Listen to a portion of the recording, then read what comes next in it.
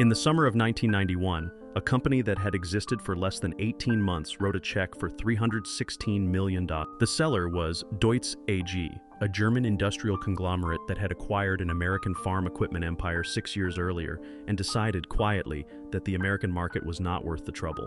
The buyer was AGCO Corporation, assembled from the ruins of 4 collapsed American agricultural machinery brands, run by a management team that had never built a combine in their lives. What they bought was a machine with 68 years of American harvest history behind it, a machine that had introduced the grain loss monitor to American farming, a machine that custom harvest crews from the Texas Panhandle to the Canadian border had specified by name, waited 18 months to receive, and refused to trade for anything John Deere or International Harvester had on offer.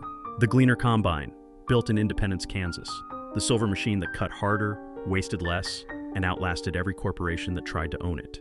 A decade before that transaction closed, the Independence plant had been running 3 shifts through the Kansas summer.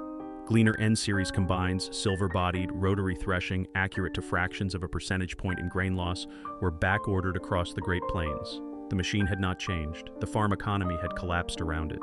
But the real story of Gleaner is not the acquisition or the farm crisis or the 4 different names that appeared on the company letterhead between 1955 and 1991. It is the story of a machine born in the Kansas wheat belt that proved more durable than every institution built to manufacture it, and what that survival cost the American industrial culture that made it possible. Every week we tell the stories of the American machine companies that built something precise and lasting, and what the market did to them. Like the video and subscribe if that history matters to you.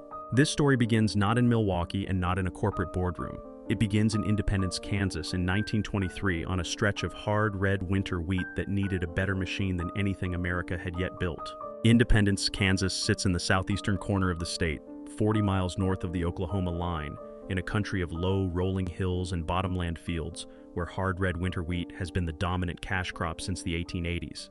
It is not a city that appears in most American industrial histories. It has no river port, no railroad hub of national consequence, no proximity to the steel mills or foundries that supplied the great machinery manufacturers of Cincinnati or Milwaukee.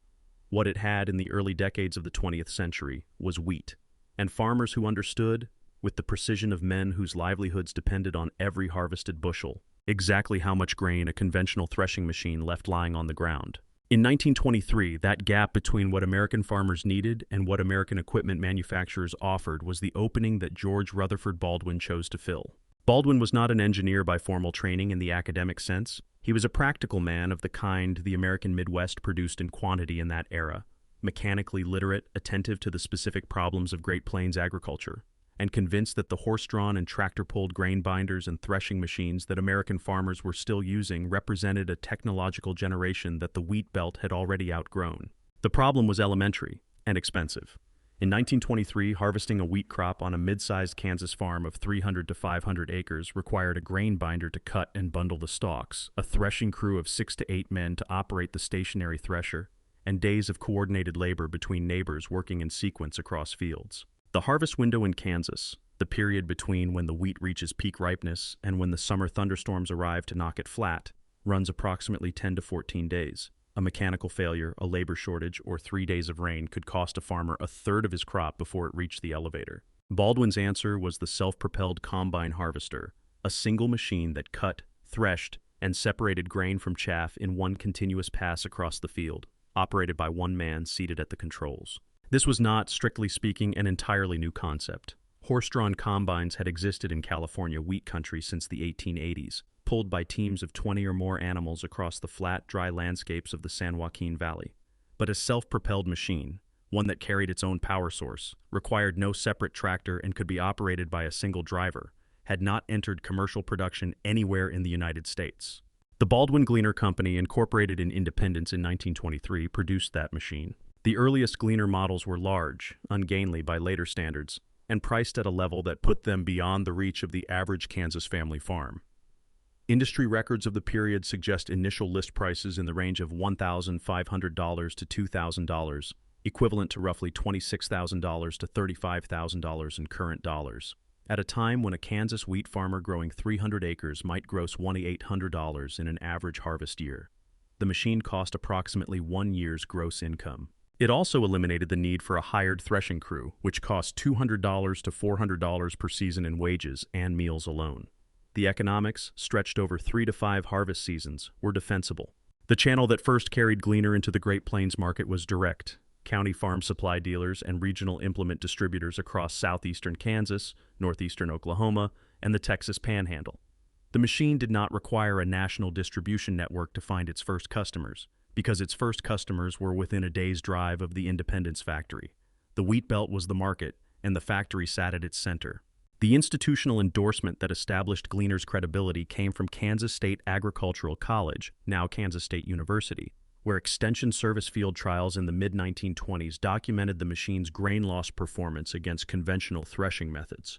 The results, published in Kansas Agricultural Experiment Station bulletins and reprinted in Implement and Tractor, the leading American farm equipment trade publication of the era, established a number that the Gleaner sales force would use for the next 50 years.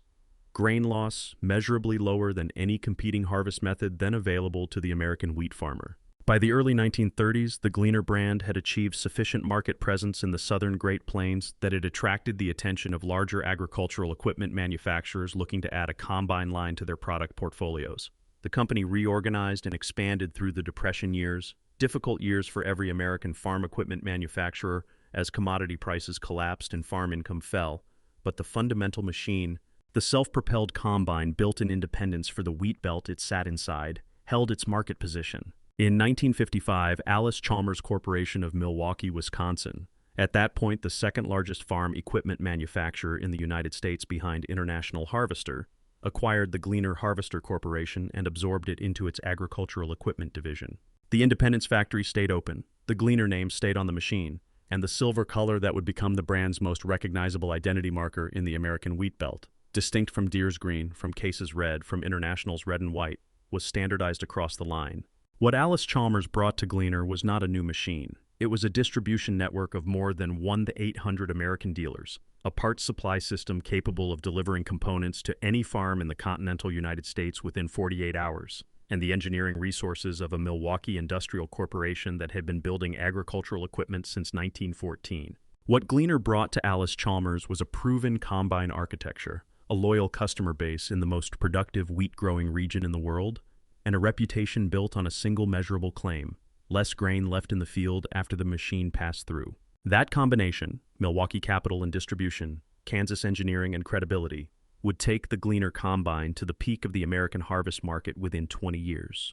But the seeds of what would eventually undo that partnership were already present in 1955 in the structure of the acquisition itself. Gleaner was now a division, not a company. Its fate would be determined not in Independence, Kansas, but in Milwaukee, Wisconsin, by men whose primary obligation was not to the wheat belt, but to the quarterly earnings of a publicly traded industrial conglomerate. That distinction would matter. Eventually, it would matter enormously. Walk into the Allis-Chalmers exhibit at the National Farm Machinery Show in Louisville, Kentucky in February of 1972, and the machine that stopped traffic on the show floor was not the largest piece of equipment on display. It was not the most expensive, it was not the most visually dramatic in the way that the largest John Deere or International Harvester combines commanded attention through sheer physical scale. What stopped experienced farmers and implement dealers in the aisle in front of the Gleaner N6 was something smaller: a gauge panel mounted in the operator's cab, a row of indicator lights that flickered and steadied as the demonstration technician explained what they measured. It was called the grain loss monitor, a sensor system mounted at the rear of the combine's separation section that counted grain kernels striking a detection plate as they passed through the machine's discharge stream.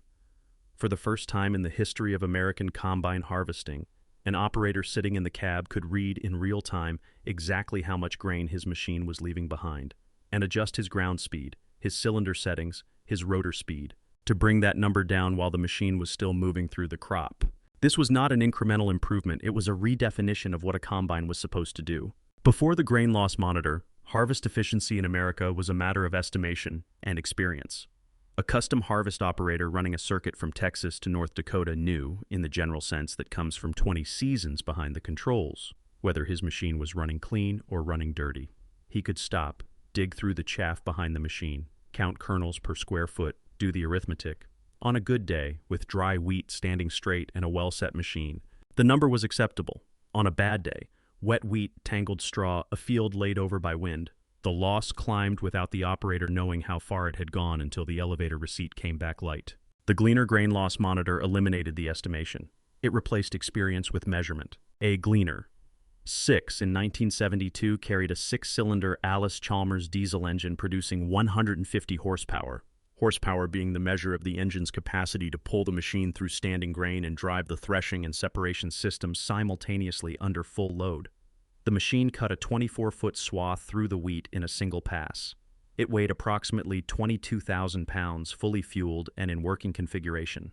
At a list price of approximately $28,000 in period dollars, roughly $200,000 in current dollars, it was not a machine a 200-acre farmer bought on impulse. It was a machine a 1,500-acre wheat operation or a professional custom harvest crew bought after calculating, with the precision of men whose income depended on the calculation, exactly what a 0.5 percentage point reduction in grain loss meant across a full harvest season.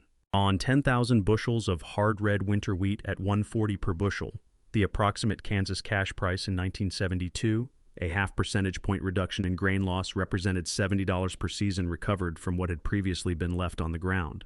Across a 10-year machine life, that was $700 in recovered grain at 1972 prices against a price premium over a comparably sized John Deere 6600 of approximately $2,000. The economics required a pencil and a calendar, not a leap of faith. But the grain loss monitor was only half of what made the Gleaner N Series the dominant machine in the American wheat belt through the 1970s. The other half was the rotary separation system that distinguished the Gleaner's internal architecture from every conventional combine then operating in the American market. A conventional combine, the design that John Deere, International Harvester, and Massey Ferguson had standardized on through the post-war decades, threshed grain by passing the cut crop through a rotating cylinder and a concave, a curved grate beneath the cylinder against which the crop was beaten, rubbing the kernels free from the heads. The threshed material then fell onto a series of reciprocating straw walkers, flat, oscillating platforms that separated the remaining grain from the straw by shaking it through in a back-and-forth motion, the way a prospector shakes a gold pan. The straw walker system worked adequately in ideal conditions: dry grain, standing crop, moderate throughput. In the conditions that defined the Kansas and Oklahoma harvest in an average year, wheat that was not quite dry, fields that had been knocked sideways by a week of thunderstorms, grain that needed to move through the machine faster than the straw walkers could cleanly handle it. The conventional system left more on the ground than the Gleaner's engineering department found acceptable. The Gleaner rotary system replaced the straw walkers with a pair of rotating separation cylinders, long horizontal drums that tumbled the threshed material end over end in a helical path, using centrifugal force and gravity together to separate remaining grain from straw with less mechanical violence and more consistent throughput than the reciprocating walker system could achieve. The result, in the specific conditions of Great Plains wheat harvest, was measurably less kernel damage, cracked and split kernels that docked the farmer's elevator price, and measurably higher recovery in difficult conditions. It was not a universal advantage. In the Corn Belt, Iowa, Illinois, Indiana, where International Harvester and John Deere had their deepest relationships with farmers, the rotary system's benefits were less pronounced, and the established dealer networks of the green and red brands were harder to displace. Gleaner made no serious attempt to dominate the Corn Belt in the 1970s. It did not need to. The wheat belt alone, running from the Texas Panhandle through Kansas and Oklahoma and north into Nebraska and South Dakota, represented a market large enough to sustain the Independence factory at full production.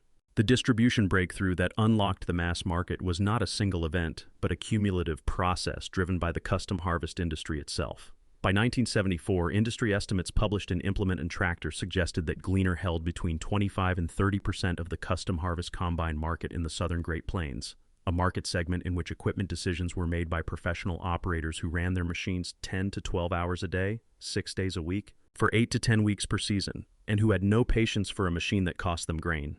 When a custom harvest crew of 6 operators running 6 machines specified Gleaner by name, and that crew harvested 50,000 acres per season across 4 states, the farmers whose fields they cut watched those machines work. They watched the grain loss monitor readings. They watched the grain tanks fill.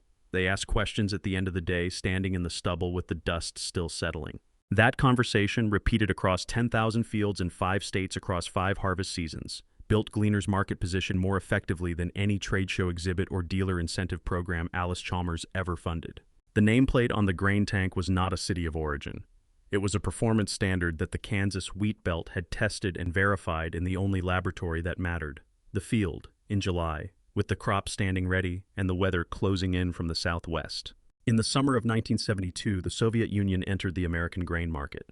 The transaction that followed, a series of purchase agreements negotiated quietly between Soviet trade representatives and American grain exporters between June and August of that year, moved approximately 440 million bushels of American wheat, corn, and soybeans into Soviet hands at subsidized prices before most American farmers, elevator operators, or commodity traders understood what was happening.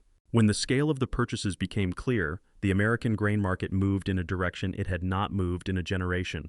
Hard red winter wheat in Kansas, priced at $1.25 per bushel in the spring of 1972, reached $4.89 per bushel by the summer of 1973. Corn followed, soybeans followed.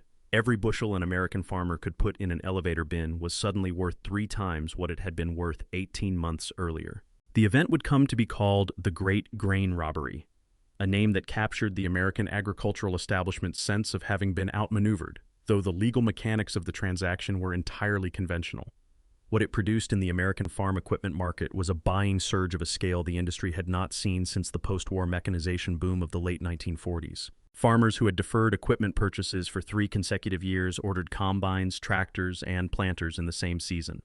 Implement dealers who had been managing floor plan financing carefully through the lean years of the late 1960s suddenly found their inventory commitments undersized against demand. And Gleaner, whose N-Series combines were already the specified machine of choice among professional custom harvest operators across the southern Great Plains, found itself with an order backlog that the Independence factory could not clear in a single production season. By late 1973, delivery wait times for a new Gleaner N6 or N7 had reached 18 months in some dealer territories across Kansas, Oklahoma, and Texas. The factory was running at capacity. Allis-Chalmers authorized overtime and additional shifts at the Independence plant. The machines leaving the shipping dock were spoken for before they were assembled. It was the peak of the American combine market, and Gleaner was at its center. The ecosystem that sustained that peak was broad and deep, built across every layer of American agricultural infrastructure. The Kansas Wheat Growers Association, representing producers across the state's 8.5 million harvested wheat acres, had documented Gleaner performance data in cooperative extension trials since the mid-1960s. Kansas State University's Agricultural Engineering Department had published grain loss comparisons that appeared in the Extension Service bulletins distributed to every county agent in the wheat belt. The numbers were not advertising copy. They were land-grant university research, and they carried the credibility that advertising copy never could. The USDA's Agricultural Stabilization and Conservation Service, the agency that administered the federal wheat allotment and price support programs that determined how much a Kansas farmer could plant and what he would receive for it, had incorporated combine grain loss data into its program yield calculations by the early 1970s. A farmer whose combine ran dirty was leaving money on the ground in 2 directions simultaneously: the grain he did not recover, and the yield history that determined his future allotment base. The American Wheat Growers National Organization, based in Washington, referenced combine efficiency data in its congressional testimony on agricultural productivity during the price surge years of 1973 and 1974. The numbers Gleaner's engineering department published from the Independence Proving Ground were being read in Senate Agriculture Committee hearings. Custom harvest operators, the professional crews who moved their equipment north from the Texas Panhandle beginning in late May and worked their way through Kansas, Nebraska, South Dakota, and into North Dakota and Montana through July and August, represented the most demanding and the most visible segment of the Gleaner market. These were not farmers evaluating a machine for personal use on their own ground. These were businessmen running equipment under production conditions that the manufacturer's engineering team could not fully replicate on a test plot. A custom harvest crew running 6 Gleaner N6 combines across a circuit of 50,000 acres per season, in conditions ranging from ideal standing wheat in the Texas Panhandle to lodged, tangled, storm-damaged crop in the Red River Valley of North Dakota, was subjecting the machine to a range of operating stresses that no controlled field trial could reproduce. When those operators specified Gleaner for their next machine purchase, and industry surveys conducted by Implement and Tractor through the mid-1970s consistently showed Gleaner holding 25 to 30% of the custom harvest combine market in the Southern Plains, they were expressing a preference formed under conditions that the competing brands had also attempted to meet and had not matched to the same degree. The Columbia Basin of Washington State, the dryland wheat country east of the Cascades where fields ran to thousands of acres across terrain that would have been unrecognizable to a Kansas farmer, adopted Gleaner in significant numbers through the 1970s, attracted by the low-profile body design that kept the machine's center of gravity closer to the ground on hillside terrain where a high-bodied conventional combine created rollover risk. The Gleaner's body architecture, a consequence of the rotary separation system's more compact internal layout, was not designed with hillside stability as its primary objective. It delivered that benefit as a secondary consequence of an engineering decision made for entirely different reasons. The kind of accidental advantage that, once discovered by the market, becomes indistinguishable from intentional design. The Red River Valley of North Dakota and Minnesota, the flattest and most productive small grain country in North America, where spring wheat yields per acre consistently exceeded Kansas winter wheat by a significant margin, represented a different test. Here, throughput was the critical variable. The fields were flat, the crop was often heavy, and the harvest window was compressed by the early arrival of northern autumn weather. A machine that could handle high-yield, high-moisture spring wheat at sustained throughput without plugging or losing separator efficiency was the machine the Red River Valley would buy. Gleaner's rotary separation system performed well under those conditions. Not without competition, Massey Ferguson's conventional combines had deep roots in the Red River Valley, and John Deere's dealer network in Minnesota and North Dakota was formidable. But Gleaner's presence in the northern plains expanded steadily through the 1970s, carried by the same grain loss performance data and the same custom harvest operator word of mouth that had built the brand in Kansas. At its peak in the mid-1970s, the Independence, Kansas plant employed between 20,500 and 3,000 workers, machinists, welders, assemblers, paint line operators, quality control inspectors, and the engineers whose drawing boards carried the next generation of rotary separation improvements that Gleaner's product planning department was already developing for the decade ahead.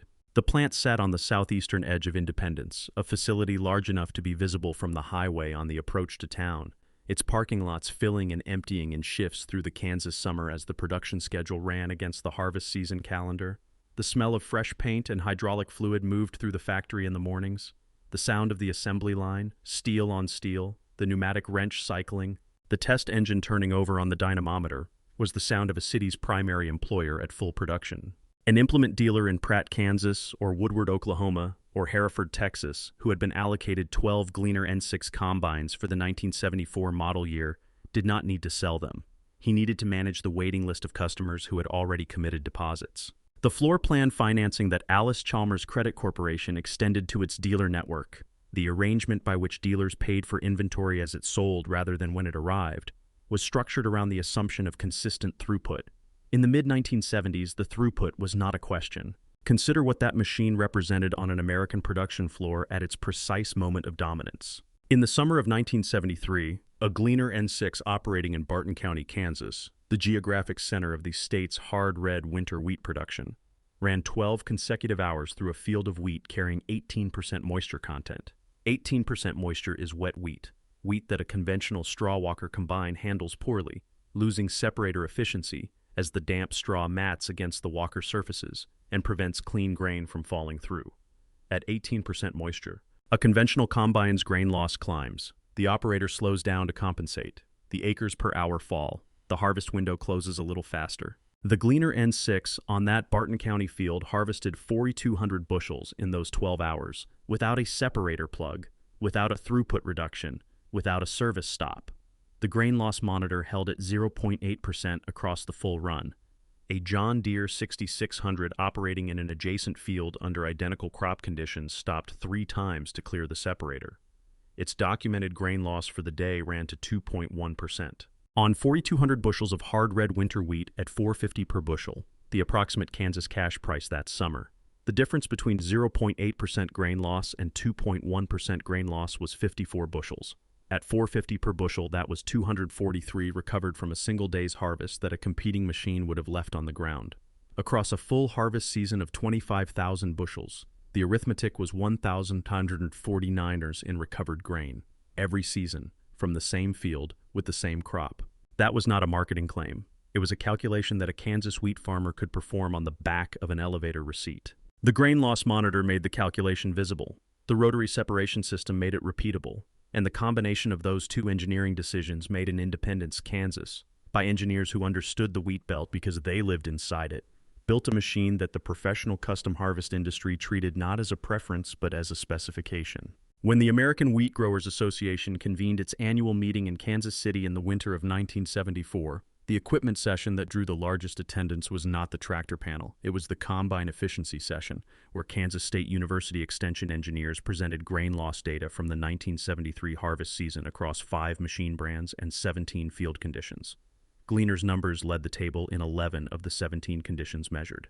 The session moderator noted, in language that land-grant university researchers use when they want to say something definitively without sounding like an advertisement, that the performance differential in difficult harvest conditions was, in his assessment, not within the margin of measurement error.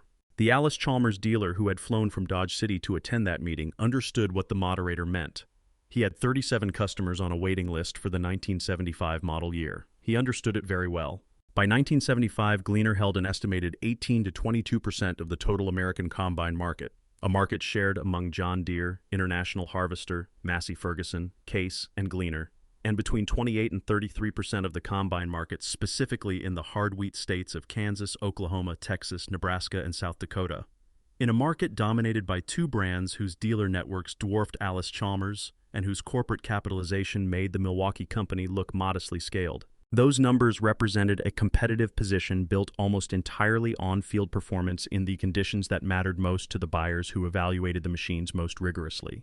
The nameplate on the grain tank read Gleaner. The city on that nameplate was Independence, Kansas. And in the summer of 1975, in the wheat fields of the Great Plains, that nameplate carried a weight that no amount of dealer network spending or corporate marketing budget had manufactured. It had been earned, one harvest, one field, one grain loss monitor reading at a time. But in Milwaukee, the quarterly earnings reports for Allis-Chalmers Corporation were beginning to tell a different story. One that the men running the Independence plant could not yet read clearly, but that the men running the corporation's finance division were already reading with considerable alarm. The harvest peak was real, the machine was genuine, the market position was defensible. What was not defensible, what would never be defensible, was the farm economy that sustained it. The farm crisis did not arrive as a single event. It arrived the way a combine separator plugs in wet wheat. Gradually, then all at once, and by the time the operator understood what was happening, the damage was already done. In the spring of 1980, the Federal Reserve under Paul Volcker raised the federal funds rate to 20% in an effort to break the inflation that had run through the American economy since the early 1970s. The rate would peak at 21.5% by June of 1981. For American farmers who had borrowed heavily through the mid-1970s, borrowing against land values that had doubled and tripled during the grain price surge years, borrowing to buy the equipment that the great grain robbery boom had made suddenly affordable on paper, the interest rate shock was not an abstraction. It was a monthly payment that had become unpayable against crop prices that were falling back toward their pre-1972 levels. Hard red winter wheat in Kansas, which had touched $4.89 per bushel in 1973, fell to $300 by 1977 and continued declining through the early 1980s. Land values that Kansas farmers had used as collateral for equipment loans fell 40 to 60% between 1981 and 1986 in the most affected counties. The Farm Credit System, the federally sponsored agricultural lending network that had financed much of the expansion, began reporting loan delinquencies at levels not seen since the 1930s. Between 1980 and 1986, approximately 250,000 American farm operations failed or were forced into bankruptcy. In Kansas alone, the farm population declined by more than 15% in 5 years.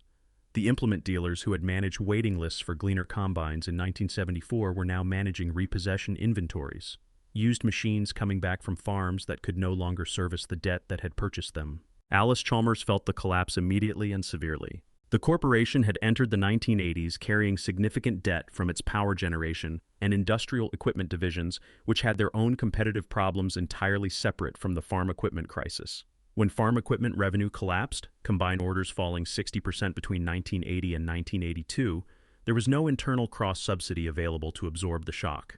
In 1980, Allis-Chalmers posted its first operating loss in 40 years. The loss deepened in 1981. In 1982, the corporation began the process of divesting assets to service its debt. The farm equipment division, which included Gleaner, the tractor line, the tillage equipment, and the network of 1-800 American dealers, was the asset that attracted the most external interest and the most internal debate about whether to sell or restructure. The competitive landscape that Gleaner faced as the farm economy contracted had also shifted in ways that made the recovery, whenever it came, structurally more difficult than the crisis itself. John Deere had not stood still during Gleaner's peak years. The Moline, Illinois company had been studying rotary separation technology since the late 1960s, and by the late 1970s, its engineering teams in Moline and Zweibrücken, Germany had developed the STS, the single-tine separation system, that applied rotary separation principles to Deere's established combine architecture.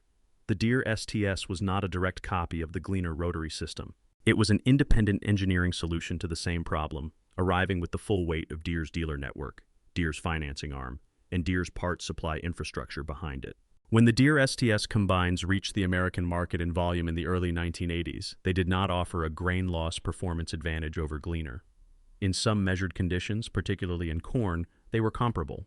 In others, they were marginally inferior. But they were available through a dealer network that covered every county in the Corn Belt and the Wheat Belt simultaneously, financed by John Deere Financial at rates that Allis-Chalmers Credit Corporation, weakened by the parent company's balance sheet problems, could not consistently match. Case IH delivered the more direct competitive blow. In 1985, following the merger of Case Corporation and International Harvester's Agricultural Equipment Division, two of Gleaner's established competitors combining their dealer networks and engineering resources into a single entity, the axial flow combine line was relaunched with updated specifications and aggressive pricing. The Case IH axial flow 1660, offered at list prices approximately 10 to 14% below a comparably equipped Gleaner in Kansas dealer territories, gave wheat belt farmers who had been Gleaner customers a rotary separation machine from a brand with comparable field credentials at a lower entry price. The timing was deliberate and the targeting was precise. Case IH understood that the Gleaner customer base in the Great Plains wheat belt was the most valuable segment of the combine market it did not control, and the farm crisis had left that customer base financially vulnerable in ways that made price a more decisive variable than it had been in 1973. By 1984, Gleaner's estimated market share in Kansas and Oklahoma had fallen from its mid-1970s peak of 28 to 33% to approximately 18 to 21%. The machines coming back on repossession were sitting in dealer yards alongside new inventory that was not moving. The Independence plant reduced its workforce. The three-shift production schedule that had defined the factory through the harvest boom years was gone. In 1985, Allis-Chalmers Corporation made the decision it had been delaying for 3 years. The Agricultural Equipment Division, tractors, combines, tillage equipment, dealer network, and the Independence factory, was sold to Deutz AG of Cologne, West Germany, for approximately $130 million. The transaction created Deutz Allis Corporation, a new American entity operating the former Allis-Chalmers farm equipment business under German industrial ownership. The Gleaner name stayed on the combine. The Independence factory stayed open. The American dealer network, reduced now to fewer than 900 locations from its peak of 1,800, continued to sell and service the machines. But the engineering investment, the product development budget, and the strategic decisions about where to take the Gleaner line in the coming decade were now subject to approval from Cologne. Deutz AG was not a farm equipment company at its core. It was a diesel engine manufacturer, one of the best in the world, with air-cooled engine technology that had genuine competitive advantages in certain industrial applications. Farm equipment was a business it had acquired as part of a diversification strategy, in a market it understood less well than the American agricultural economy required, at a moment when that market was at the bottom of its worst contraction in 50 years. By 1989, Deutz AG had concluded that the American farm equipment market would not generate the returns its board of directors required. The decision to exit was made in Cologne for reasons that had nothing to do with the performance of the Gleaner Combine in a Kansas wheat field. The retreat accelerated without ceremony. Deutz Allis dealer territories consolidated further. The product development pipeline for the Gleaner line thinned. The electronic monitoring systems that John Deere was integrating into its combines through the late 1980s, yield mapping, GPS field tracking, the early precision agriculture technology that would define the combine market through the 1990s and beyond, were not appearing on Gleaner's engineering roadmap under Deutz ownership. The machine that had introduced grain loss monitoring to American agriculture in 1972 was falling behind the electronic integration curve 16 years later. In 1990, a group of former Deutz Allis management personnel formed AGCO Corporation, the Allis Gleaner Company, a name that acknowledged its lineage without being bound by it. In June of 1991, AGCO acquired the Deutz Allis agricultural equipment business, including the Gleaner Combine line and the Independence factory, for $316 million. The company that bought Gleaner was 20 months old. The Allis-Chalmers dealer network that had once numbered 1 through 800 locations across America was down to fewer than 600. The Independence plant workforce that had peaked near 3,000 had fallen below 1,000. Deutz AG filed the paperwork and returned to Cologne. The Milwaukee name was gone from the machine. The German name lasted 6 years. The Kansas name remained. It was the only name that had never left the grain tank.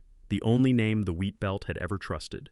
And now it belonged to a company that had not yet existed when the farm crisis began. AGCO Corporation in 1991 was not, by any conventional measure, the kind of company that acquires a 68-year-old American manufacturing brand and commits to keeping it alive. It had no factories of its own. It had no established dealer network independent of the one it had just purchased. It had no engineering department with decades of combine development experience. What it had was a management team that understood the American agricultural equipment distribution business from the inside. Several of its founders had run the Deutz Allis operation they had just acquired, and a conviction, not universally shared in the industry at the time, that the Gleaner brand name carried enough residual equity in the Great Plains wheat belt to justify the investment required to modernize it. The decision to keep the Independence factory open was not inevitable. A purely financial analysis of the Gleaner Combine business in 1991, depressed market, reduced dealer network, aging product line, the electronic integration gap that had widened under Deutz ownership, would not have produced a straightforward recommendation to invest in Kansas manufacturing capacity. It would have produced a recommendation to license the name to an offshore manufacturer and take the margin without the overhead. AGCO did not take that path. The Independence factory remained open. Kansas workers continued to build Gleaner combines. The engineering investment that Deutz had deferred began to flow again, slowly at first, then with more consistency as AGCO's financial position strengthened through the mid-1990s on the back of additional acquisitions. Massey Ferguson in 1994, Fendt in 1997, Challenger in 2002, that transformed the company from a single-brand American operation into a global agricultural equipment conglomerate with manufacturing presence on 4 continents. Within that expanding global portfolio, Gleaner occupied a specific and deliberately maintained position. The premium rotary combine for the American small grain market, built in the United States, sold through a dealer network rebuilt from the contracted base of the early 1990s, and differentiated from AGCO's other combine offerings, including the Massey Ferguson and Challenger lines, by its Kansas manufacturing provenance and its established credibility in the wheat belt.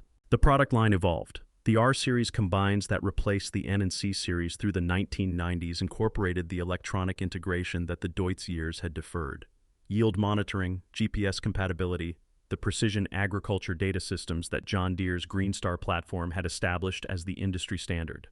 The current Gleaner S-Series, the S96, the S88, the S78, carries diesel engines producing between 370 and 473 horsepower, harvests in swaths of up to 40 feet, and incorporates real-time yield mapping, telematics, and automated header control systems that would have been unrecognizable to the engineer who designed the original grain loss monitor in 1972. The rotary separation principle that George Baldwin's engineers developed in Independence a century ago remains at the core of every Gleaner combine built today. The Independence factory still operates. In a state where manufacturing employment has contracted steadily since the 1980s, the Gleaner plant represents one of the few continuous production American agricultural equipment manufacturing operations that has neither moved offshore nor been consolidated into a facility in another state. It is, by that measure, an anomaly in the landscape of American industrial history. A machine that survived not because the corporations that owned it were particularly visionary, but because the product was genuinely difficult to replace and the brand equity in the market it served proved more durable than the financial difficulties of the companies that held it. The secondary market for legacy Gleaner combines in America reflects that durability with unusual consistency. On Iron Planet and Ritchie Bros auction platforms, where American farm equipment changes hands at plant liquidations and estate sales, Gleaner N-Series combines from the 1974 to 1982 production years regularly bring $8,000 to $18,000 for machines in working condition, prices that reflect genuine utility value rather than collector sentiment. The machines are not primarily purchased by collectors. They are purchased by small grain operators in Kansas, Oklahoma, and the Texas Panhandle who have calculated with the same pencil and elevator receipt arithmetic that their fathers applied in 1973, that a properly maintained Gleaner N6 with a rebuilt rotary system and a new grain loss monitor sensor can harvest their 800 acres at a documented grain loss below 1.2% for an annual maintenance investment of $1,500 to $2,500. against a lease payment on a new machine that begins above $25,000 per season before the first acre is cut. The Gleaner Combine Collectors Group on Facebook carries more than 12,000 members. The Yesterday's Tractors Forum Gleaner threads run to thousands of posts, including detailed rebuild documentation for the N-Series rotor bearings, the C-Series feeder house chains, and the early electronic grain loss monitor sensor calibration procedures that no dealer service manual adequately covers. The knowledge that Allis-Chalmers engineers developed in Independence is being preserved, in granular mechanical detail, by the operators who run the machines those engineers designed, not in a museum archive, but in active practice, in working farm shops across the Southern Plains. The American Precision Museum in Windsor, Vermont, the institution that preserves the history of American precision manufacturing, does not hold Gleaner equipment in its collection. Gleaner's story is not a precision manufacturing story in the machine tool sense.